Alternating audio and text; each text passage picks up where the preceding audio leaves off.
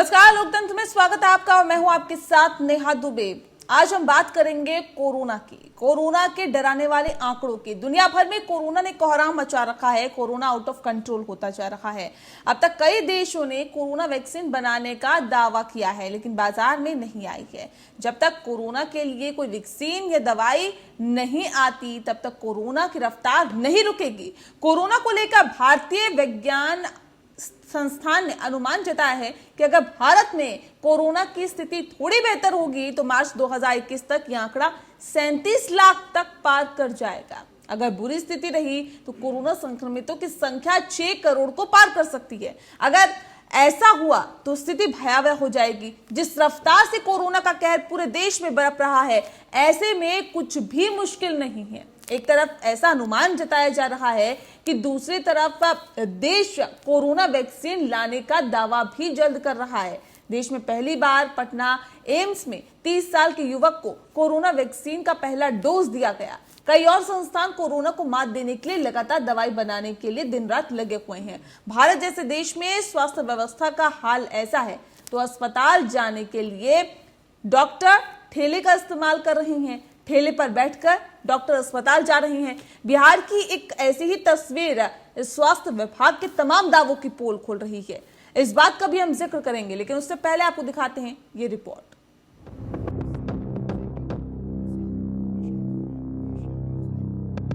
देश में तेजी से फैल रही कोरोना महामारी को लेकर भारतीय विज्ञान संस्थान यानी कि IISc ने जो अनुमान लगाया है वो सावधान करने वाला है।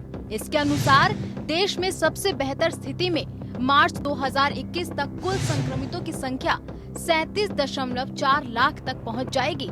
वहीं सबसे गंभीर स्थिति में इस दौरान 6.18 करोड़ लोग संक्रमित हो जाएंगे। IISc का ये अध्ययन देश के कोविड-19 डाटा और इस साल 23 मार्च से 18 जून के बीच सामने आए मामलों पर आधारित है। हालांकि देश में मौजूदा कोरोना संक्रमण की स्थिति को ध्यान में रखते हुए अनुमान अलग होने की संभावना भी है। दुनिया के बहुत सारे देशों से बहुत ज़्यादा बेहतर प्रदर्शन करने में सफल हुआ है। आज दुनिया में सबसे कम हमारा फैटेलिटी रेट 2.57 और रिकवरी रेट 63.25% है। कुछ दिनों से हम लगातार देख रहे हैं कि वेंटिलेटर्स पर, ऑक्सीजन की सहायता पर, ICU बेड की सहायता पर भी जो मरीज़ देश में हर रोज़ होते हैं, उनकी संख्या भी दिन प्रतिदिन कम होती जा रही है। नए संक्रमणों की दर की कटौती के लिए हर हफ्ते सप्ताह में 1 या 2 दिन के लॉकडाउन पर जोर दिया गया है। इस अध्ययन में कहा गया कि हर सप्ताह 1 या 2 दिन का लॉकडाउन और लोगों द्वारा सामाजिक दूरी का पालन करने से संक्रमण में काफी हद तक कमी आ सकती है। रिसर्च में उचित चिकित्सा देखभाल और समय पर क्वारंटाइन सुविधा में जाने पर भी जोर दिया गया है। बताया गया है कि वैक्सीन नहीं होने के कारण कॉन्टेक्ट ट्रेसिंग, क्वारंटीन और सामाजिक दूरी संक्रमण को रोकने के लिए बेहतर विकल्प है। कुछ राज्यों में थोड़ा बढ़े हैं, हम लोग प्रिकॉशन कर रहे हैं। हर प्रकार की तैयारियां भी हमने किया है कोविड के कालखंड में, और कई इनोवेटिव आइडियाज भी देश भर में आ रहे हैं। हम उस सभी को समावेश करके हम इस लड़ाई को जीतेंगे, इतना विश्वास है। स्वास्थ्य मंत्रालय की ओर से जारी आंकड़ों के मुताबिक पिछले 24 घंटों में कोरोना संक्रमण के 32,695 नए मामले सामने आए हैं। इस दौरान 606 लोगों की मौत हुई है। इसके बाद देश भर में कोरोना पॉजिटिव मामलों की कुल संख्या 9,68,876 हो गई है, जिसमें से 3,31,146 सक्रिय मामले हैं, जबकि 6,12,815 लोग ठीक हो चुके हैं। अब तक 24,915 लोगों की मौत हुई है। Bureau report, APN news. जी हाँ, तो बिहार में नीतीश कुमार की सरकार है और ऐसे में नीतीश सालों से बिहार को बेहतरीन न बनाने का दावा कर रहे हैं। सुशासन बाबू का तमगा भी लिए हुए हैं और ऐसे में अब कोरोना की लड़ाई में उनकी कितनी तैयारियां हैं, इसकी बानगी तस्वीरों में देखने के लिए मिली। एक डॉक्टर को कोविड केयर सेंटर में जाने के लिए ठेले का इस्तेमाल करना पड़ा और ये तस्वीरें कोरोना से निपटने के लिए उन तमाम तैयारियों की पोल खोल रही है जो स्वास्थ्य विभाग की तरफ से, जो सरकार की तरफ से किए जा रही हैं। ठेले पर कोविड केयर सेंटर पर डॉक्टर की जाने की तस्वीर जाहिर तौर पर तमाम सरकारी इंतजामों पर बट्टा लगा रही है। यहीं के नगर पंचायत के वार्ड नंबर 12 में पब्लिक रेस्ट हाउस में कोविड केयर सेंटर बनाया गया है। वो सेंटर ठेले पर जा रहे डॉक्टर के ठीक पीछे दिख रहा है। अब ये सेंटर नगर पंचायत के वार्ड में है या किसी टापू पर, ये आप खुद ही तय कर लीजिए। लेकिन इतना तो तय है कि बिहार सरकार का स्वास्थ्य विभाग कोरोना से कैसे जंग जीतेगा, इस पर शक ही है। अगर बिहार सरकार कोरोना से ऐसे लड़ेगी तो कोरोना से हारना लगभग तय है।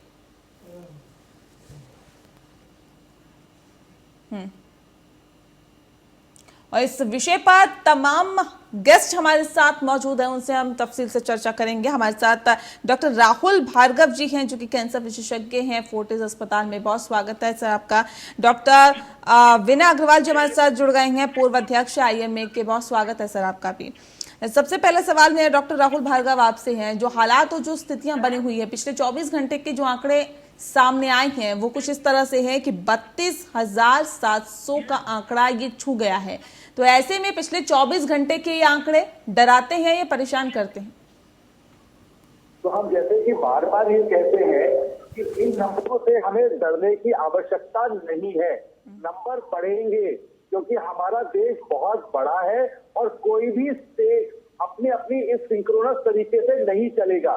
तो महाराष्ट्र में भी नंबर्स बढ़ रहे हैं, तमिलनाडु में नंबर्स बढ़ रहे हैं, बाकी सब जगहों पे नंबर्स बढ़ रहे हैं। तो आपको घबराने की, नंबर से घबराने की आवश्यकता बिल्कुल नहीं है। ये जानना आवश्यक है आप लोगों के लिए। पर हाँ, जरूरत इस बात की है कि सब व्यवस्थाओं को दुरुस्त रखना जरूरी है, क्योंकि जो लोग सिक होंगे, जो 3% लोग ऑक्सीजन पे जाएंगे, वेंटिलेटर पे जाएंगे, उनको बचाना सबसे ज्यादा आवश्यक है। तभी हमारी मोर्टालिटी 2.57% पे रहेगी और उतनी से हम नीचे लाने में हम सक्षम होंगे। पर जिस तरीके के आप अभी बिहार में नजारे दिखा रहे हैं कि मानसून आने के साथ ही सरकार की जितनी भी व्यवस्थाएं थी बिहार वगैरह में, अस्पतालों में पानी घुस गया है, मरीजों की देखभाल करने के लिए वेंटिलेटर नहीं है, कैसे हम कोरोना से जीत पाएंगे? नंबर कम करने के लिए एकमात्र उपाय है मास्क, मास्क और मास्क। अपने को इस जंग में अब सरकार से हटके लोगों के पार्टिसिपेशन का होना बहुत ज्यादा जरूरी है और क्लियर कम्युनिकेशन, जिसे हम बार बार कहते हैं, स्पष्ट रूप से कम्युनिकेशन की डॉक्टर, मरीज और व्यवस्था क्या काम करे। क्योंकि महाराष्ट्र में एक एग्जाम्पल आता है धारावी का, अगर वो धारावी का एग्जाम्पल इतना अच्छा है तो पूरे देश से क्यों नहीं चलता? भीलवाड़ा का एग्जाम्पल क्यों नहीं पूरे देश से चलता? सब लोग अपने अपने स्टाइल से इस चीज में विज्ञान लगा। ठीक है राहुल जी, आप कह रहे हैं आंकड़े से डरने की जरूरत नहीं है। डॉक्टर विनय कितना इत्तेफाक रखते हैं डॉक्टर राहुल की बातों से, क्योंकि आंकड़े की तो डरने की जरूरत नहीं है, क्योंकि आंकड़े तो बढ़ेंगे और टेस्ट अगर होगा तो जाहिर तौर पे आंकड़ों में बढ़ोतरी देखी जाएगी। लेकिन जो सरकार के इंतजामात हैं, वो क्या नहीं लगता कि सरकारी इंतजामात स्वास्थ्य विभाग के तमाम दावों की पोल खोल रहे हैं जो कि सरकार की तरफ से किए जा रहे हैं? मैं आपसे भी सहमत हूं नेहा जी, और राहुल जी से भी सहमत हूं। एंड आपसे मैं इसलिए सहमत हूं कि जितने आंकड़े हमने दिए थे और जो हमने प्रोपोगंडा किया था, हम उससे कहीं परे निकल गए। अब हम अभी भी बात कर रहे हैं कि कम्युनिटी स्प्रेड नहीं है, लेकिन मैं तो खुल के कहता हूं कि अब कम्युनिटी स्प्रेड इस देश में आ गया है। बिल्कुल। आप देखिए बिहार के बीजेपी ऑफिस में 100 टेस्ट हुए, 75 को पॉजिटिव निकले। अगर वो कम्युनिटी स्प्रेड नहीं है तो क्या कम्युनिटी स्प्रेड है? साइमल्टेनियसली मैं राहुल जी से भी एग्री करूंगा। देखिए, नंबर से घबराने की बात नहीं है। हमारे देश में फ्लू भी होता है, मलेरिया भी होता है, डेंगू भी होता है, 50 बहुत बीमारियां हैं और उन बीमारियों में अनाप शनाप नंबर्स होते हैं। लेकिन क्या जरूरत है वो ये है कि हम डेथ्स को कितना रोक सकते हैं, फेटेलिटीज को कितना कम कर सकते हैं। आज के दिन ऑलमोस्ट अबाउट 2.7 और 2.8 हमारी देश में फेटेलिटीज हैं इस बीमारी से। अगर 2.7 और 2.8 फेटेलिटीज हैं तो ये रीजनेबली, अगर हम वेस्टर्न कंट्रीज से या यूरोपियन कंट्रीज से देखते हैं, उससे कंपैरेटिवली कम है। लेकिन साइमल्टेनियसली हमें अपनी हेल्थ इंफ्रास्ट्रक्चर को भी मापना अगर चाहिए। हमें तुलना ही करनी है तो क्यों नहीं हम उन तमाम और देशों से कर सकते हैं तुलना जहां पर जो कोरोना संक्रमित मरीज हैं वो कम है, जो मृत्यु दर है वो कम है, क्यों नहीं हम उनसे तुलना करें? हम ऐसे देशों से क्यों तुलना करें जहां पर ये सब चीजें ज्यादा है? मैं बिल्कुल आपसे सहमत हूं। तुलना हमेशा उन देशों से हमें करनी चाहिए जिनका इंफ्रास्ट्रक्चर ज्यादा अच्छा है, ना कि उन देशों से जिनका इंफ्रास्ट्रक्चर अच्छा नहीं है। मैं तो उन देशों से तुलना कर रहा हूं जैसे अमेरिका है या इंग्लैंड है या फ्रांस है या अदर यूरोपियन देश है। उनकी जो फैटेलिटीज हैं उससे कंपैरेटिवली हमारी फैटेलिटीज कम है, लेकिन हमारा टोटल इंफ्रास्ट्रक्चर हेल्थ का एक्सपोज हो गया है। आपने अभी बताया और आपने दिखाया कि ठेले पे बैठ के और बाढ़ के पानी में से कोविड सेंटर में एक डॉक्टर जा रहे हैं। अगर ये इस जगह पे हम कोविड सेंटर बना रहे हैं, उस कोविड सेंटर में हम उन पेशेंट का इलाज करेंगे, तो आप देखिए क्या सिचुएशन होगी। मेरी तो हाथ जोड़ के सरकार से प्रार्थना है, अभी भी कुछ नहीं खोया है, अभी भी समय है। एक सवाल इसमें और अहम हो जाता है कि मॉनसून जब आता है तो अपने साथ कई बीमारियां और लेकर आता है सर, और ऐसे में अगर कोरोना से लड़ने के लिए हम इस कदर तैयार है जो तस्वीरों में देखने के लिए मिल रहा है, तो तमाम मॉनसून की और बीमारियों से लड़ने के लिए कितने हम तैयार है? क्योंकि अब जो हालात, जो स्थितियां हैं, लोग अस्पताल जाने से कतरा रहे हैं, लेकिन जब हालात खराब हो जाते हैं तो लोगों को जाना भी पड़ता है। क्या हम तैयार हैं उसके लिए? नहीं, देखिए डेफिनेटली तैयार नहीं है, क्योंकि अब आने वाला समय डेफिनेटली खतरनाक होगा। मौसमी बुखार होंगे, मौसमी बीमारियां होंगी, वाटर बॉर्न डिजीजेज होंगी, वेक्टर बॉर्न डिजीजेज होंगी, और जिनको आइडेंटिफिकेशन करना भी मुश्किल होगा, क्योंकि काफी हद तक ये सब बीमारियां सिमुलेट करती हैं इससे, कोविड से। तो उस समय और डिफिकल्ट टाइम आने वाला है। अब तक हमने 4 महीने अपनी नॉन कोविड डिजीजेज को, चाहे कैंसर है, चाहे लाइफस्टाइल डिजीजेज है, ब्लड प्रेशर है, डायबिटीज है, उनको नेग्लेक्ट किया। लेकिन उनके नेग्लेक्ट के से आने वाले समय में वो बीमारियां भी बहुत डिफिकल्ट टाइम लाने वाली हैं हम लोगों के लिए। तो एज सच एक कोऑर्डिनेटेड एफर्ट में हमको उस तरफ भी सब तरफ ध्यान देना पड़ेगा। और इसीलिए मैं कहता हूं कि नंबर्स, मैं मानता हूं कि डरने वाली बात नहीं है, लेकिन उन नंबर्स के पीछे जो फैटेलिटीज आने वाली है या जो और चीजें आने वाली है, वो डेफिनेटली खतरनाक होगी।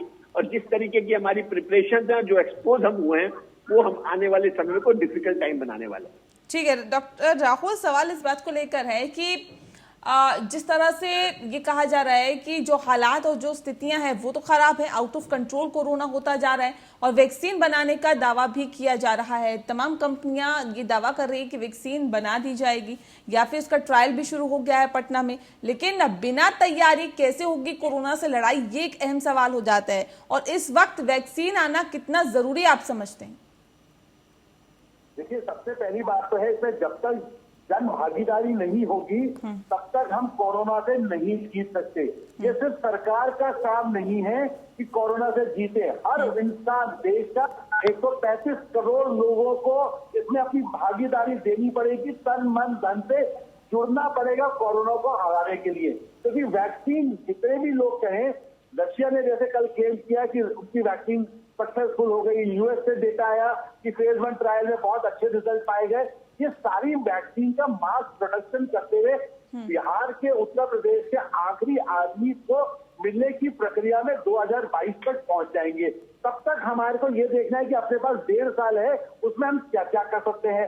ऑलरेडी ये भविष्यवाणी हो रही है अमेरिका से कि 1918 में जो स्पेनिश फ्लू आया था, जो 2 साल चला था, कोरोना भी हो सकता है चाहे 2 साल चले। तो इसीलिए जन भागीदारी, इस समय मास्क पहन के निकलना सबसे ज्यादा आवश्यक है, सोशल डिस्टेंसिंग मेंटेन करते हुए। नहीं तो हम कभी भी कोरोना को हरा नहीं पाएंगे।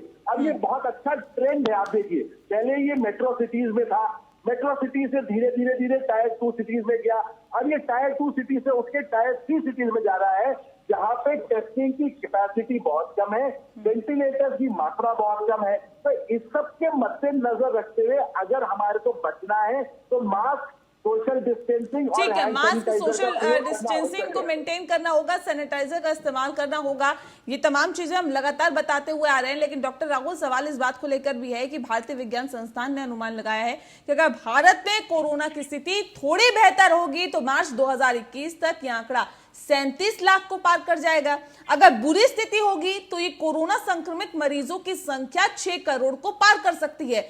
तो आप अंदाजा लगाइए कि अगर इस तरह की स्थिति होती है कि 6 करोड़ को ये आंकड़ा पार कर जाता है, तो भारत में किस तरह की स्थिति होगी अगर अभी आलम ये है तो इसका 2 चीजें हैं।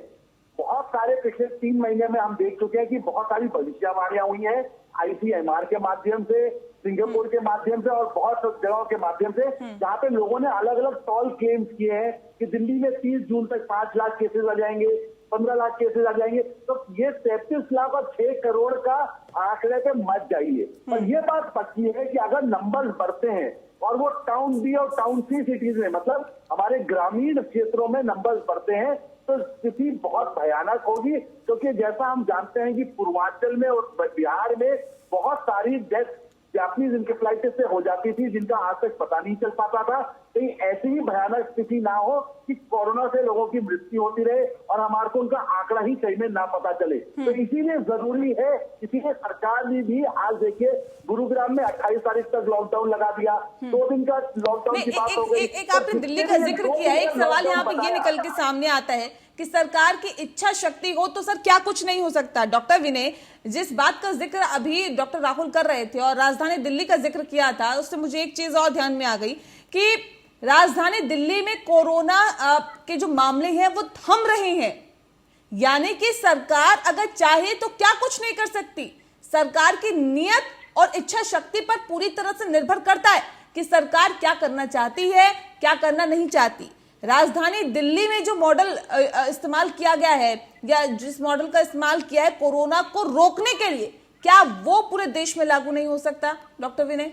देखिए मैं आपकी बात से सहमत हूं कि जो मॉडल हमारा दिल्ली का रहा और दिल्ली का जो पिछले 15 दिन में या 20 दिन में जो जिस तरीके से कोऑर्डिनेटेड एफर्ट हुआ सब एजेंसीज का, सेंट्रल गवर्नमेंट का, स्टेट गवर्नमेंट का, प्राइवेट सेक्टर का और पब्लिक सेक्टर का या कॉरपोरेशंस का, इन सब लोगों ने मिलके एक कोऑर्डिनेटेड एफर्ट किया और हम कंटेन कर पाए। जहां हमारे डेली फिगर्स 3000 तक जा रहे थे, 3000 को भी क्रॉस किया था, अब हम 1500-1600 पे आ गए, एक दिन तो 1200 तक भी आए थे। फेटेलिटीज भी कम है, डेथ्स भी कम है और हमारे पास फैसिलिटीज भी ज्यादा है। बट आप सोचिए, हम कैपिटल में हैं देश के, सबसे अच्छी मेडिकल सुविधाएं अगर हैं तो वो इन मेट्रोपॉलिटन सिटीज में है। सबसे ज्यादा एजुकेशन का स्तर जो है वो इनमें है, पढ़े लिखे लोग हमारे इन सिटीज में ज्यादा है। अगर उन सब में हम ये कर पाए हैं तो क्या इसको डुप्लीकेट और ट्रिप्लीकेट हम उन एरियाज में कर पाएंगे जहां फैसिलिटीज नहीं है, जहां पे पहुंचना भी मुश्किल है। एक चीज यहाँ पे निकल के ये भी सामने आती है डॉक्टर विनय, हम अगर ये कहें कि पढ़े लिखे लोग दिल्ली में हैं, हम उनसे उम्मीद करते हैं, तो सर पढ़े लिखे लोग तो हर जगह हैं, हर जगह हम ये उम्मीद करते हैं कि आप उन तमाम नियमों का पालन करें, तमाम उन गाइडलाइंस का पालन करें जो कि ICMR के जरिए दी गई है, जो गृह मंत्रालय की तरफ से दी गई है। लेकिन ऐसा नहीं होता, क्या सरकार उनका पालन करती है? मुझे एक सवाल का जवाब दीजिए।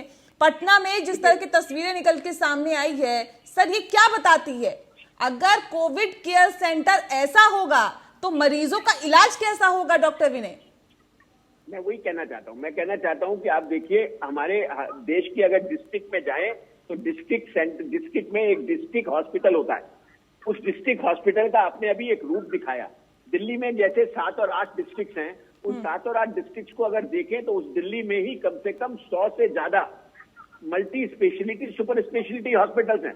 फैसिलिटीज इतनी ज्यादा है यहाँ पर, वो फैसिलिटीज वहां पर नहीं है। और मैं ये भी कहना चाहूंगा कि जहां तक मैं एजुकेशन का स्तर पढ़ाई के उससे नहीं कह रहा हूं, मैं एक अवेयरनेस के पॉइंट ऑफ व्यू से भी कह रहा हूं कि जो सोशल डिस्टेंसिंग का रोल है या जो मास्क लगाने का रोल है या अवेयरनेस है बीमारी के बारे में है, वो सब वो उस तरीके तक वहां तक जाएं, तब तक ही ये हो सकता है। मैं बिल्कुल डॉक्टर भार्गव से सहमत हूं। आज भी कोरोना का इलाज मास्क है और सोशल डिस्टेंसिंग है और अगर जरूरत पड़े तो ऑक्सीजन है। ये 3 चीजें अगर हम समय पर प्रोवाइड कर सकते हैं तो फेटेलिटीज को काफी नीचे ले आए। ठीक है, ये 32,700 का आंकड़ा पिछले 24 घंटे में जो सामने आया डॉक्टर राहुल, क्योंकि राजधानी दिल्ली हमारे सामने है जिसका उदाहरण हम लगातार देख रहे हैं, केरल में जिस तरह से कंट्रोल किया गया, या फिर यूं कहे कि राजस्थान में भी कुछ ऐसी जगह रही जहां पर कंट्रोल कोरोना को किया गया, जो कोरोना का हॉटस्पॉट बनता जा रहा था। ऐसे कई जगह हैं जहां पर कंट्रोल करने की कोशिश की गई। क्यों नहीं हम उस मॉडल को पूरे देश में लागू कर सकते हैं? जन भागीदारी की बात है तो सर, जन भागीदारी तो बाद में है, पहले सरकार तो अपनी महत्वपूर्ण भूमिका निभाए। देखिए, सबसे बड़ी प्रॉब्लम इस समय क्या है, हेल्थ जो है वो स्टेट सब्जेक्ट है। जब 1 तारीख को अनलॉकडाउन हुआ तभी प्राइम मिनिस्टर जी ने कह दिया था कि हर स्टेट अपनी अपनी पॉलिसी अपनाएगा। आज भी देश में 22 स्टेट ऐसे हैं जो WHO गाइडलाइंस पे काम कर रहे हैं। बाकी 17 लोग, बाकी 17 स्टेट और यूटीज उस तल पे काम नहीं कर रही। ये डिस्कॉर्डेंसी क्यों है? अब समय आ चुका है जब हम स्टेट गवर्नमेंट से हेल्थ का राइट लेके एक सेंटर के अंतर्गत एक कॉन्स्टिट्यूटेड कमेटी बनाए, कॉन्स्टिट्यूशनल अधिकार हो उसको, और कोरोना से जंग लड़ने में यूनिफाइड पॉलिसी हो। हमारे पास पूरे क्षेत्र जितने भी हैं हमारे स्टेट और यूनियन टेरिटरी में, सबने अपनी अपनी बीन बजा रखी है। इसी का कारण है कि एक स्टेट ऊपर जाता है, दूसरा नीचे जाने लगता है, दूसरा नीचे जाता है, तीसरा ऊपर जाने लगता है। तब देखिए फोकस कहां से शिफ्ट हो गया। महाराष्ट्र में अभी भी सबसे ज्यादा केसेस हैं, तमिलनाडु में अभी भी सबसे ज्यादा केसेस हैं, दिल्ली गुजरात नीचे आने लगा। लेकिन महाराष्ट्र की बात करें सर, धारावी जो कि स्लम एरिया था उसको आपने बेहतर तरीके से कंट्रोल किया, क्यों नहीं पूरे महाराष्ट्र को कर पा रहे हैं? तो दिक्कत क्या है, उसमें विल चाहिए, एडमिनिस्ट्रेटिव विल चाहिए। सबसे बड़ी बात नेहा जी, जो आप सुनना चाहते हैं और आपके दर्शक सुनना चाहते हैं, टाइम आ चुका है कि सेंटर को एक कड़ा निर्देश निकाल के हेल्थ को सेंट्रल सब्जेक्ट बना के कोरोना से लड़ने वाली लड़ाई में एकजुट होकर यूनिफॉर्म पॉलिसी, क्लियर कम्युनिकेशन के साथ में फैसिलिटी रिस्पॉन्सिबिलिटी फिक्स करते हुए कोरोना से जीतने के लिए प्रयास करना चाहिए। नहीं तो आप मान के चलिए 2022 तक भी शायद हम इस जंग से ना जीत पाए। जरूरत है एक कोऑर्डिनेटेड एफर्ट की। बिल्कुल, ये एक साथ अगर एफर्ट किया जाएगा तो जाहिर तौर पर इससे निकला जा सकता है। लेकिन जो ये कहा जा रहा है कि 2021 तक ये आंकड़ा 37 लाख को पार कर जाएगा, अगर बुरी स्थिति रही तो ये आंकड़ा संक्रमितों का 6 करोड़ को भी पार कर सकता है। डॉक्टर विनय, ये स्थिति ना आए इसके लिए अब किस तरह से तैयारी होनी चाहिए? क्योंकि लॉकडाउन में जो तैयारी हुई वो आप सभी के सामने है, हम सभी के सामने है, वो नाकाफी साबित हुई। और अब किस तरह की तैयारी होनी चाहिए या फिर किस तरह का काम अब सरकार के स्तर पर, प्रशासन के स्तर पर होना चाहिए, जिसके वजह से कम ये स्थिति तो ना आए कि 6 करोड़ का आंकड़ा पार हो? देखिए, अब तो बड़े हमें एक तरीके से कोऑर्डिनेटेड एफर्ट करना पड़ेगा। मुझे नहीं लगता कि ये जो हमने एक धारणा बनाई कि स्टेट्स को अपना अपना डिसीजंस लेके काम करना चाहिए या डिस्ट्रिक्ट लेवल पे हमने एडमिनिस्ट्रेशन को छोड़ दिया, मुझे लगता है वो कारगर साबित नहीं हुआ। अब डिस्ट्रिक्ट लेवल एडमिनिस्ट्रेटर्स में ये जरूर है कि जहां सक्षम एडमिनिस्ट्रेटर्स थे, चाहे वो धारावी था, चाहे वो भीलवाड़ा था, चाहे वो अहमदाबाद का एरिया था या केरला था या दिल्ली का कुछ एरिया है, जहां पे सक्षम एडमिनिस्ट्रेटर्स रहे, डिस्ट्रिक्ट मजिस्ट्रेट रहे या डीएम रहे, उन लोगों ने अच्छा काम किया। उस काम को सराहा भी गया, इवन इंटरनेशनली सराहा गया। लेकिन ऐसा जरूरी नहीं है कि सब जगह ऐसे लोग हों। तो मुझे लगता है कि जैसे सेंटर ने ज्वाइन किया दिल्ली गवर्नमेंट को और सडनली पाला बदला, सेंटर का मैं ये नहीं कहना चाहता कि सेंटर के उससे चीजें बदलेंगी, बट एक सहयोग मिलता है, फैसिलिटीज मिलती हैं और आपके साथ इक्विपमेंट्स और अदर चीज की भी आपको वो मिलती है। अगर इस तरीके से उन एरियाज में जहां पे अब ज्यादा हम प्रकोप सोच सकते हैं, जैसे बिहार है, बंगाल है ना, इन स्टेट्स पे अगर हम ध्यान दें तो ये हम 6 करोड़ से जाने से रोक सकते हैं। और अगर हम इन स्टेट्स में रोक सकेंगे तो मुझे लगता है कि हम 6 करोड़ तक नहीं पहुंचेंगे और कहीं इससे कहीं कम फिगर होगी। और वैसे अगर आप देखें तो 10 लाख के करीब हम पहुंच चुके हैं और 30,000 के हिसाब से अगर ये जा रहा है, इसी लेवल पे भी पहुंचेगा तो बड़ी जल्दी हम इसको डुप्लीकेट करेंगे, 20-25 लाख तक पहुंचेंगे। तो मुझे लगता है कि इसमें एक अब कोऑर्डिनेटेड स्टेप्स की जरूरत है। उन एरियाज में जहां पे अब संख्या बढ़ रही है, हो सकता है लॉकडाउन से फायदा होगा, लेकिन ये 55 घंटे, 20 घंटे, 24 घंटे के लॉकडाउन से कुछ नहीं होगा। अगर लॉकडाउन को इम्प्लीमेंट करना है, जैसे अब बिहार गवर्नमेंट ने किया कि 15 दिन का लॉकडाउन होगा, तो उस तरीके के लॉकडाउन से एक फैसिलिटीज को सुधारने में, क्राउड को कम करने में और हमें इन सब चीजों में मदद मिलेगी और उससे हो सकता है कि हम नंबर्स को कम कर सकें। सर, नंबर्स तो कम हो जाएंगे क्या, लेकिन ये एकमात्र विकल्प एक यही है कि आप लॉकडाउन कर दीजिए इससे, क्योंकि ना सिर्फ लोगों की दिनचर्या पे बल्कि अर्थव्यवस्था पर भी इसका असर पड़ रहा है। तो क्या लगता है कि सिर्फ एकमात्र विकल्प यही है कि आप लॉकडाउन कर दीजिए? नहीं, मैंने ये नहीं कहा कि लॉकडाउन एकमात्र विकल्प है। मैंने कहा जहां पे इस समय नंबर्स बहुत ज्यादा बढ़ रहे हैं, और जिस तरीके से बढ़ रहे हैं, और जहां तक कि एक तरीके से इंफ्रास्ट्रक्चर सस्पिशियस है या हम वहां पे अच्छी तरह नहीं काम कर पा रहे हैं, उस जगह पे हो सकता है कि अगर हम इस समय, मैं लंबे लॉकडाउन की बात नहीं कर रहा हूं, मैं 15 दिन या 20 दिन के लॉकडाउन की अगर हम करते हैं तो हमें उससे अच्छे रिजल्ट्स मिलेंगे, ये मेरा विश्वास है। लेकिन हाँ, ये जो 24 घंटे और सैटरडे संडे वाला और इस तरीके के जो लॉकडाउन है, इससे कुछ होने वाला नहीं है। ये कागजी काम है, ये इनसे फायदा नहीं होगा। ठीक है, डॉक्टर राहुल कुछ कहना चाह रहे हैं? नेहा जी, आप कहते हैं इकोनॉमी डाउन टर्न हो रही है, जिस नंबर से, जिस आंकड़ों से बढ़ रहे हैं, उससे डर लग के कोई भी अपने काम पे नहीं जा रहा। आपके मजदूर बिहार और उत्तर प्रदेश से, आज मैं इकोनॉमी से पूछना चाहूंगा, 1 तारीख को जो 1 जून की बात थी, कितने लोग वापस, श्रमिक लोग अपने कार्य पे चले गए वापस से, कितने लोग जो ऑफिस गोअर थे वो वापस चले गए। ये सेंटीमेंट है, फियर है। नेहा जी समझिए, नंबर जब बढ़ते हैं तो लोग डरते हैं अपनी जानों के लिए, तो अभी वो जान को छोड़ के जान की परवाह करके घर में बैठे हैं। कोरोना से लोग डरेंगे या पेट की भूख मिटाएंगे, ये मुझे बताइए। क्यों नहीं लोग जाएंगे अपने काम पर? नेहा जी, आज आपके सामने है, 1-1.25 महीना हो गया, आपने खोल दिया, अनलॉक बंद कर दिया।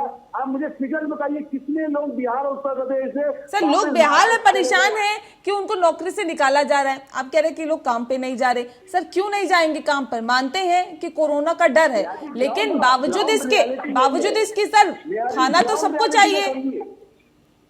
नेहा जी, ग्राउंड रियलिटी इस समय पेट की भूख कम है कि मैं 4 रोटी की जगह 1 रोटी खा के जी लूं, या 32,000 का फिगर देख देख के मैं बाहर जाके अपनी रोजी कमाने की कोशिश करूं।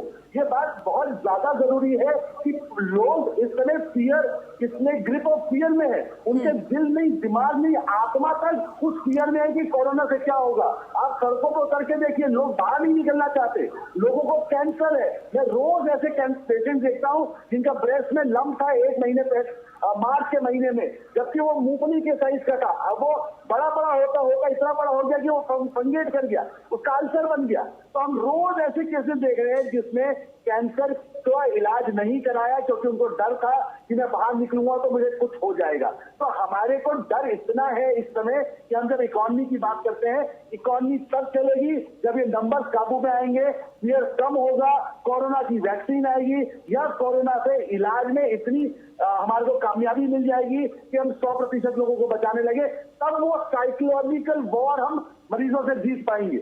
जी ठीक है, लेकिन ये भी तो है कि वैक्सीन आएगी तो आएगी कब? क्योंकि पटना में पहला ट्रायल तो शुरू हुआ है, लेकिन उस ट्रायल का कितना फायदा होगा और आगे के ट्रायल कितने सफल होंगे, ये वाकई देखने वाली बात होगी। डॉक्टर राहुल, बात अगर इसकी करें कि वैक्सीन कब बनेगी, तो देश में पहली बार, क्योंकि तमाम देश तो अपने अपने दावे कर रहे हैं, रूस ने भी दावा किया और बना भी ली वैक्सीन, ये कहा जा रहा है, तमाम और देश भी लगातार दावे कर रहे हैं, अमेरिका भी दावा कर रहा है कि हम कोरोना की वैक्सीन हम बना चुके हैं, उसका ट्रायल रह गया है। तमाम तरह के दावे और वायदों के बीच में देश में पहली बार एम्स में 30 साल के युवक को कोरोना वैक्सीन का पहला डोज दिया गया है। कितनी उम्मीदें इससे जताई जाए कि ये सफल होगा, या हम बहुत जल्द इस राह पर आगे बढ़ रहे हैं कि हम कोरोना की वैक्सीन बना देंगे? नेहा जी, अगर आप दिल की बात पूछें तो हमारी प्रेयर दिन रात है कि जिस तरीके से 180 लोग, विश्व में 180 संस्थान कोविड की वैक्सीन बनाने के लिए अग्रसर है, दिल ये कहता है कि हमारा देश सबसे अग्रिम होगा और सबसे पहले कोविड की वैक्सीन ला पाएगा। और जब साइंस की बात आती है मद्देनजर, तो आज हमने फेज 1 ट्रायल स्टार्ट करी है, जिसमें 10 से 20 लोगों को दिया जाएगा। उसकी सेफ्टी देखी जाएगी कि इंसान में सेफ्टी है या नहीं है। उसी कोहॉर्ट को 200 से 300 पे लेके जाएगा, 20 से 300 लोगों तक लेके जाया जाएगा फेज 2 में। अनदर 6 से 8 हफ्ते लगेंगे, और उसके बाद एक लार्जर कोहॉर्ट होगा जो 300 से 1000 लोगों पे ट्राई होगा।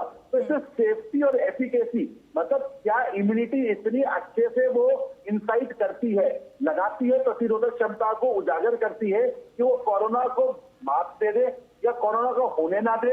अगर होने देता है तो उसकी सीवियरिटी को कम कर दे, और सीवियरिटी और कम करके ताकि ये माइल्ड इलनेस बन के निकल जाए, ये आने वाला समय ही बताएगा। ठीक है। दिल ये चाहता है और दिल ये मानता है कि देश ने जिस प्रकार से कोविड वैक्सीन को बनाने की पहल की है, कोई ना कोई जल्द से जल्द उसमें रिजल्ट नहीं, ये पहल वाकई काबिल तारीफ है, इसकी सराहना करनी चाहिए।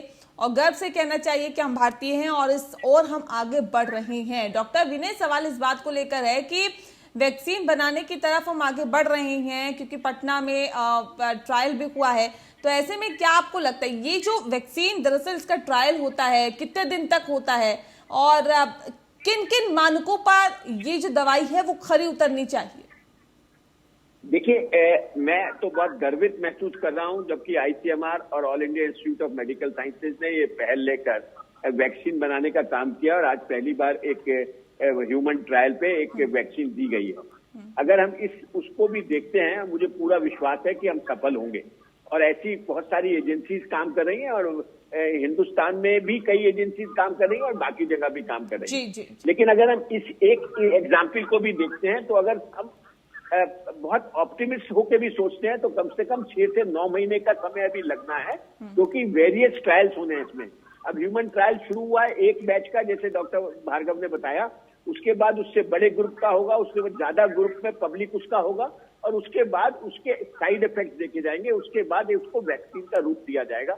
उसमें भी ये देखा जाएगा कि ये वैक्सीन किस स्ट्रेन में काम कर रही है और कितने समय तक काम कर रही है। जी। जैसे एक रशिया की वैक्सीन के बारे में कहते हैं कि शायद 2 साल तक ये वैक्सीन चलेगी, लेकिन अभी तक उन्होंने भी उसको कंफर्म नहीं किया। तो इस तरीके के ट्रायल्स अभी होने हैं, लेकिन मुझे पूरा विश्वास है और एज ए नेशनलिस्ट होने के नाते भी और अपने वैज्ञानिकों पे और डॉक्टरों पे मुझे पूरा विश्वास है।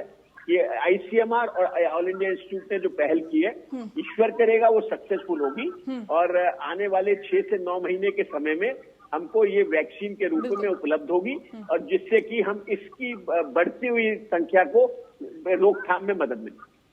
ठीक है, विनय जी, बहुत सही बात आपने की कि सकारात्मकता के साथ आगे बढ़ना चाहिए, पॉजिटिविटी के साथ आगे बढ़ना चाहिए और जो एक पहल की जा रही है उसी राह पर हमें बढ़ते जाना चाहिए। लेकिन सवाल इस बात को लेकर भी है डॉक्टर विनय कि ये जो वैक्सीन है, क्या, क्योंकि ये मेरे दिमाग में भी एक सवाल आ रहा है कि क्या ऐसा हो सकता है, क्या वैसा हो सकता है, लेकिन मैं आपसे चाहती हूँ कि इस पर स्पष्टीकरण हो जाए कि अगर कोई दवाई बनती है खासतौर पर ऐसी महामारी के लिए जो कि कोरोना जैसी, ना सिर्फ भारत को बल्कि पूरे विश्व को इसने अपनी चपेट में ले रखा है, सर ऐसी वैक्सीन बनाना ऐसी बीमारी के लिए जाहिर तौर पे एक रिस्क भरा काम है। तमाम मानकों पर दवाई खरी उतरेगी, उसके बाद ही आम लोगों के लिए वो जारी की जाएगी।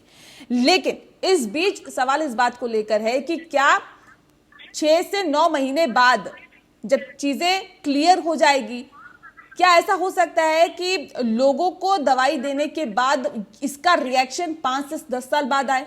क्या ऐसा पॉसिबल है? क्या ऐसा हो सकता है? देखिए, नॉर्मली जो वैक्सीन अवेलेबल हैं उनके जो रिएक्शंस होते हैं और बीमारियों के, वो या तो इमीडिएट होते हैं। इमीडिएट होने का मतलब है कि उसी समय कुछ वैक्सीन से रिएक्शन हो। लेकिन ऐसा बहुत कम देखा गया है कि वैक्सीन लगाने के बाद हम 8 से 10 साल बाद तक उसके रिएक्शन देखते हैं, वो तो नहीं होता। बहुत बहुत बहुत रेयर है। मुझे एटलीस्ट अपनी नॉलेज के हिसाब से ऐसा कोई वो नहीं है जिसमें लगे कि 10 साल बाद या 9 साल बाद उसके आफ्टर इफेक्ट्स होंगे या उसके कोई दुष्प्रमाण होंगे। लेकिन साइमल्टेनियसली आपकी एक बात बड़ी अच्छी कही कि कोई भी बीमारी का इलाज, इतनी बड़ी महामारी का इलाज अच्छा हो और उसकी वैक्सीन निकले या दवाई निकले, उस पर हमें बड़े ठोक विचार करके उसको प्रमाणित करके टेस्ट करके तब बाजार में लाना चाहिए। क्योंकि ऐसा ही नहीं हो कि हमारी हंसी अपने देश में ही ना उड़े, बल्कि विदेशों में भी हमारी उस बात की हंसी उड़े। ये दवाइयों पे भी अप्लाई करती है और ये साथ साथ वैक्सीन पे भी अप्लाई करती है। और उस चीज के लिए हमारे ड्रग कंट्रोलर को, हमारी सरकार को, डिपार्टमेंट ऑफ ड्रग कंट्रोल को, हेल्थ एंड फैमिली वेलफेयर को, इन सब लोगों को विजिलेंट भी होना चाहिए। क्योंकि इस समय कई तरीके के मार्केटिंग पहलू सामने शुरू हो जाते हैं और ऐसे भयावह स्थिति में कुछ भी शुरू करके, मैं उसे तो क्वैकरी कहूंगा, उसे शुरू करके पैसे बनाने का भी एक रूप बनाया जा सकता है। तो मुझे लगता है उस चीजों पे भी हमको ध्यान देना पड़ेगा। इसीलिए मैंने कहा कि आईसीएमआर और जो ऑल इंडिया इंस्टीट्यूट की पहल है बहुत ही सराहनीय है और ईश्वर करे उनको सक्सेस मिले। मुझे पूरा विश्वास है वो सक्सेसफुल होंगे। डॉक्टर राहुल, क्योंकि इससे पहले भी हमने, ऐसा नहीं है भारत में एक कोरोना ही देखा है, इससे पहले तमाम और फ्लू देखा है, और क्या सबक हमने लिया है? क्योंकि आज जो हमारा इंफ्रास्ट्रक्चर है स्वास्थ्य विभाग का या फिर तमाम हॉस्पिटल्स का या सरकार की जो इंतजामात है वो नाकाफी साबित हो रहे हैं। कोरोना के आगे तमाम जो इंतजामात है वो नतमस्तक है, घुटने टेक दिए हैं। लेकिन ऐसे में सवाल ये है कि क्या हमने उन तमाम और बीमारियों से सबक लिया है जो इससे पहले तमाम और देशों से आई है?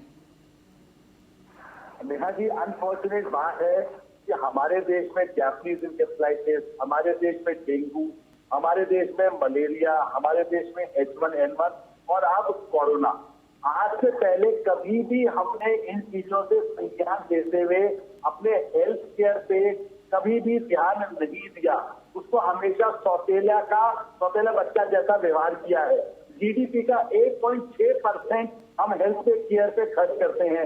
हम कहते हैं कि 9 सेंट में हमारा डेटा चलता है, इससे हम बहुत ज्यादा खुश होते हैं। हमारे पास इन्फोसिस, टाटा कंसल्टेंसी जैसी बड़ी बड़ी टेक्नोलॉजी की कंपनीज हैं। आपने कभी सोचा कि क्यों नहीं हमारे पास अच्छी क्वालिटी वाला हेल्थ केयर सिस्टम है? क्योंकि हमारा primary health care system diabetes, blood pressure को रोक पाता है या जांच कर पाता है?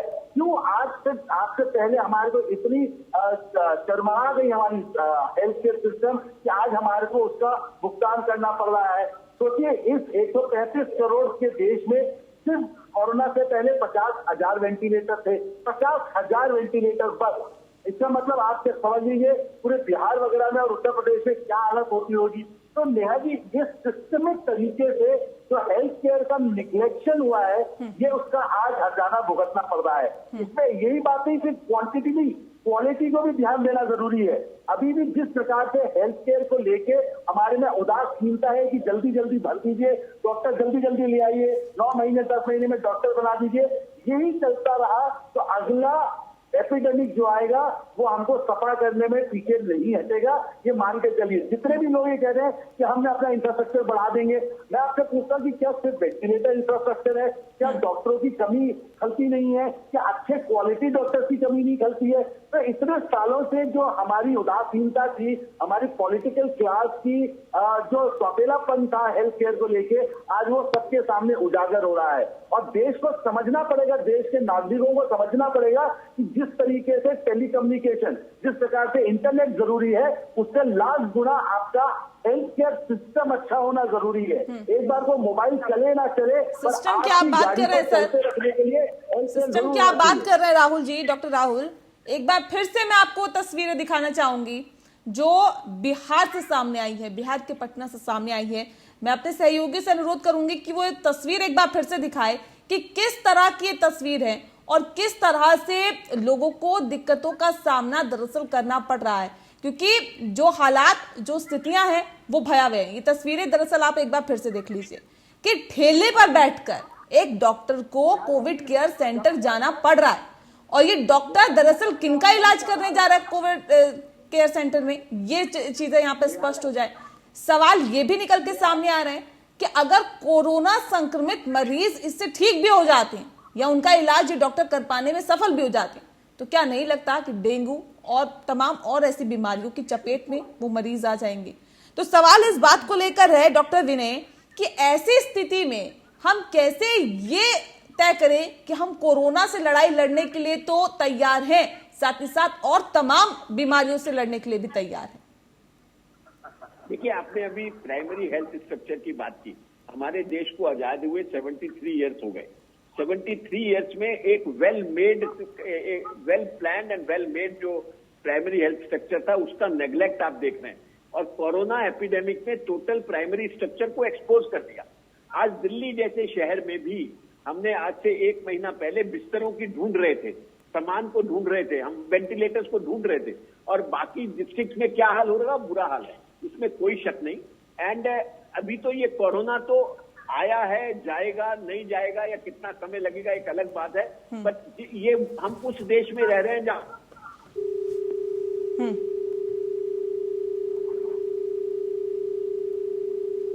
हेलो जी जी जी, आवाज मिल पा रही है सर? नेहा जी, जब तक जन साधारण हेल्थ केयर की डिमांड नहीं करेगा, पॉलिटिकल क्लास हेल्थ केयर नहीं देगी। ये डिमांड एंड सप्लाई वाली बात है। अगर सरकार अपना कर्तव्य पूरा नहीं कर रही तो पब्लिक को डिमांड करने की आवश्यकता है। यहाँ पे दोनों तरफ ही उदासीनता है। हमने हेल्थ केयर को बिल्कुल निग्लेक्ट कर रखा है। हमारे देश में आज भी 55% महिलाएं एनीमिक है, जिनका हीमोग्लोबिन 12 से कम है। हमारा देश डायबिटिक वर्ल्ड डायबिटिक कैपिटल के नाम से जाना जाता है। नहीं तो हम क्या समझ लें सर, सब चीजें ठीक है डॉक्टर राहुल, हम क्या समझ लें कि क्या हम कोरोना के आगे नतमस्तक हो गए हैं? क्या हमने घुटने टेक दिए हैं? सरकार अपने स्तर पर काम कर रही है, उसकी तस्वीरें मैंने आपको दिखाई और अपने दर्शकों को दिखाई कि किस स्तर पर काम हो रहा है। प्रशासन अपने स्तर पर काम हो रहा है, जो आंकड़े खुद ब खुद बयां कर रहे हैं कि किस स्तर पर काम हो रहा है। डॉक्टर्स किस स्तर पर काम कर रहे हैं ये भी आपने देख लिया। ठेले पे बैठ के जा रहे हैं अंदर, पता नहीं किसका इलाज करने जा रहे हैं, क्योंकि पानी तो अंदर भरा हुआ है, मरीज है या नहीं है भगवान भरोसे हैं। तो इस स्तर पर जब काम हो रहा है तो क्या हम ये मान लें कि हम कोरोना के आगे नतमस्तक हो गए हैं? सरकार ने घुटने टेक दिए हैं, प्रशासन कुछ नहीं कर पा रहा है, हम बिल्कुल सिफर है इस वक्त, ये मान लें? नेहा जी, जिस रॉक बॉटम आज हमने हिट किया है वहीं से हम उठते हैं। आज जरूरत है पहले ये मानने की कि हमारे हेल्थ केयर सिस्टम में परेशानियां हैं।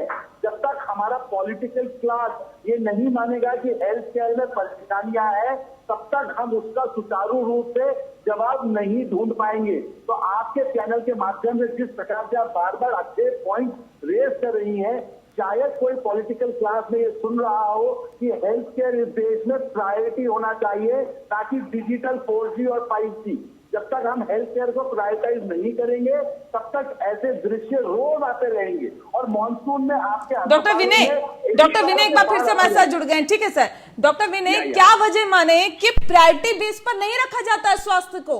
क्यों हम हेल्थ को पहले नहीं रखते, प्राथमिकता नहीं देते? क्यों, क्या वजह इसके पीछे मानते हैं?